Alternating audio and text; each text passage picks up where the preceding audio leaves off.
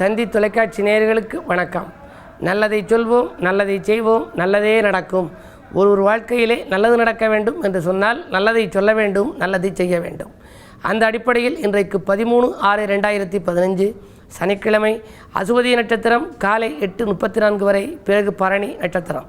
இன்றைக்கு நான் உங்களுக்கு சொல்ல இருக்கிற நல்ல கருத்து, ரொம்ப பேருக்கு சர்ப்பதோஷம் இருக்குதுன்னு சொல்லுவாங்க. சர்ப்பதோஷம் இருந்தால் மிகப்பெரிய பாதிப்புகள் ஏற்படும்.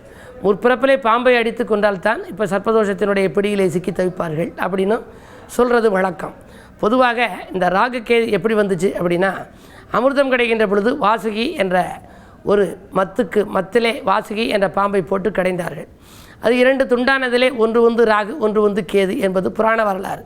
பொதுவாக ராகு என்பது ஒரு நிழல் கிரகம், கேது என்பது ஒரு நிழல் கிரகம், சாயா கிரகம் என்று சொல்வார்கள். ராகுவை போல கொடுப்பானும் இல்லை, கேதுவை போல கெடுப்பானும் இல்லை என்று சொல்வது வழக்கம். ஆனால் நான் தினத்தந்தியிலே எழுதுகின்ற பொழுது ராகுவை போல கொடுப்பானும் இல்லை, கேதுவை போல கிடைப்பானும் இல்லை என்று சொல்லுவேன். ஏனென்றால் ஞானகாரகன் கேது ஒருவருடைய லக்னத்தில் இருந்தால் ஞானம் விருத்திக்கும், மிக அற்புதமான பலன்களை அள்ளி வழங்கும். அந்த கேது ஒருவருடைய லக்னத்தில் இருந்தால் நிறைய படிப்புகளை படிப்பார், படிப்பு ஸ்தானத்தில் இருந்தாலும் படிப்புகள் அதிகமாக வரும். ராகு கைவல்லிய பொக்கிஷக்காரகன், பண தேவைகளை அளவுக்கு அதிகமாக நிறைவேற்றி தருபவர், செல்வ வளம் பெருக வைப்பவர். ஆகையினாலே தான் ராகுவை போல கொடுப்பானும் இல்லை என்பார்கள். இந்த ராகு லக்னத்திலே இருந்தால் என்ன, அவருக்கு எப்படி இருக்கும், கேது இருந்தால் எப்படி, அப்படியெல்லாம் புத்தகங்களில் நீங்கள் படித்திருப்பீர்கள். பொதுவாக இன்றைக்கு ஒருவர் கன்னியா லக்னத்தில் பிறந்தால் லக்னத்தில் ராகு இருக்கும், 7ல் கேது. மீனத்தில் பிறந்தால் லக்னத்தில் கேது, 7ல் ராகு இருக்கும். நடப்பிலேயே மீனராசிக்காரர்களுக்கு இப்போ சர்ப்பத்தின் பிடியில் சிக்கியிருக்கிறார்கள். கன்னிராசிக்காரர்களும் சர்ப்ப கிரகத்தின் பிடியில் சிக்கியிருக்கிறார்கள். இவர்களெல்லாம் எந்த வழிபாட்டை மேற்கொண்டால் நல்லது அப்படின்னு தெரிஞ்சுக்கணும். பொதுவாக தெய்வங்களோட இந்த பாம்புக்கு தொடர்பு இருக்குது. விநாயகர் எடுத்துக்கொண்டால் பூநூல் அவர் போட்டிருப்பார், அந்த பூநூல் வந்து பாம்பாகவே இருக்கும். முருகப்பெருமான் வேல் மயில் இருக்கும், மயிலுக்கு கீழே பாம்பு இருக்கும். அம்மன் எடுத்துக்கிட்டிங்கன்னா கொற்றவையினுடைய தலையிலே பாம்பு இருக்கும், கருணாகம் அந்த பாம்பு இருக்கும், கருமாரி அம்மன் இதில் எல்லாம் இருக்கும்.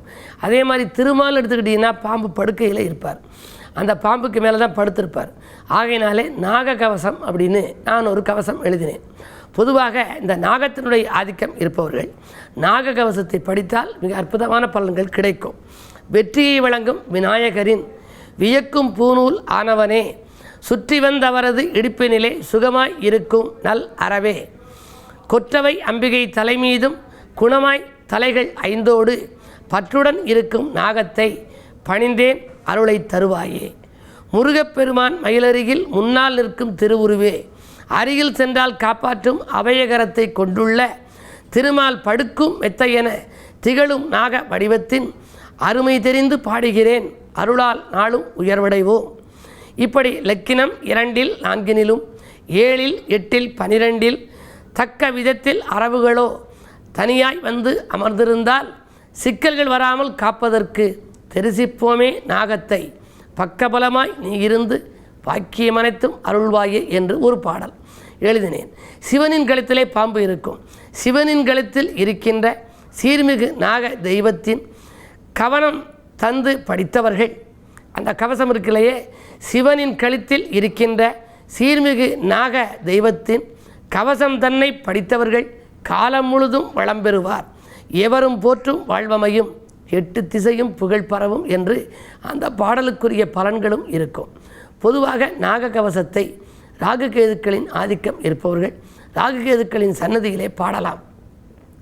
பாட இயலாதவர்கள் ராகு கேதுக்களுக்குரிய 2 வரிகளையாவது சொல்லி போற்றி போற்றி என்று சொல்லலாம். அடிக்கடி பாம்புகள் சந்திப்பவர்கள் பாம்பினுடைய ஆதிக்கத்தில் இருப்பவர்களாகவே இருப்பார்கள். ஆனால் ராகு கேதுக்கள் இருக்கிறது என்று நீங்கள் கவலைப்பட வேண்டாம். அதற்கென்று தமிழகத்தினுடைய பாம்பு கோயில்கள் நிறைய இருக்கின்றன. ராகு கோயில், கேது கோயில்கள் தஞ்சை மாவட்ட தலங்களிலும் இருக்கிறது, புதுக்கோட்டை மாவட்டத்திலும் இருக்கிறது, அதே போல் சிவகங்கை மாவட்டத்திலும் இருக்கிறது. உலகெங்கும் இருக்கும் கோயில்களில் நாக தெய்வத்தை வழிபடலாம். இதற்கும் செல்ல இயலாதவர்கள் கூட அரச மரத்தடியில் பிள்ளையாருக்கு பக்கத்தில் நாகம் இருக்கும், அதை வழிபட்டாலும் அற்புத பலன் கிடைக்கும் என்ற கருத்தை தெரிவித்து இனி இன்றைய ராசி பலன்களை இப்பொழுது உங்களுக்கு வழங்கப் போகின்றேன். மேசராசி நேயர்களே, கூடும் கடன் சுமையை குறைக்க முயற்சி எடுக்கும் நாள். கொள்கை பிடிப்பை கொஞ்சம் தளர்த்திக் கொள்ள வேண்டிய சூழ்நிலை உருவாகலாம். வாங்கல் கொடுக்கல்களில் கவனம் தேவை. பயணங்களால் உங்களுக்கு பலன் உண்டு. சனியின் பார்வை ராசியில் பதிவதால் ஆரோக்கிய சீர்கேடுகள் ஏற்படலாம். மருத்துவ செலவுகளும் கூடும். ரிஷபராசி நேயர்களே, வருமானம் திருப்தி தரும் நாள். வாகன மாற்றம் செய்வது பற்றி சிந்திப்பீர்கள். அரசியல் செல்வாக்கு மேலோங்கும். இல்லத்தில் சுபகாரிய பேச்சுக்கள் நல்ல முடிவுக்கு வரும். உடன்பிறப்புகள் உங்கள் கடன் சுமை குறைய வழிவகுத்து கொடுப்பார்கள். மிதுனராசி நேயர்களே, அதிகாலையிலேயே வரவு வருவதற்கான அறிகுறிகள் தென்படும் நாள். இருந்தாலும் அருமை குழந்தைகளுக்காக அதிகம் செலவிட்டு மகிழப் போகின்றீர்கள். விரயஸ்தானம் வலுப்பெறுகிறது. வீண் விரயங்களும் ஏற்படலாம். விலையுயர்ந்த பொருட்களை வாங்கி மகிழ்வது நல்லது. திடீர் இடமாற்றம் ஊர் மாற்றங்கள் ஒரு சிலருக்கு உண்டு.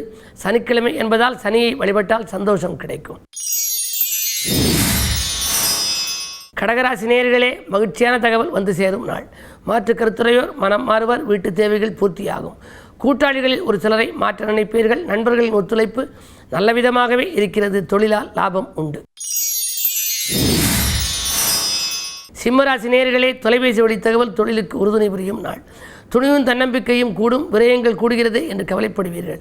பண நெருக்கடிக்கு மத்தியில் பல நல்ல காரியங்களும் நீங்கள் செய்ய முன்வருவீர்கள்.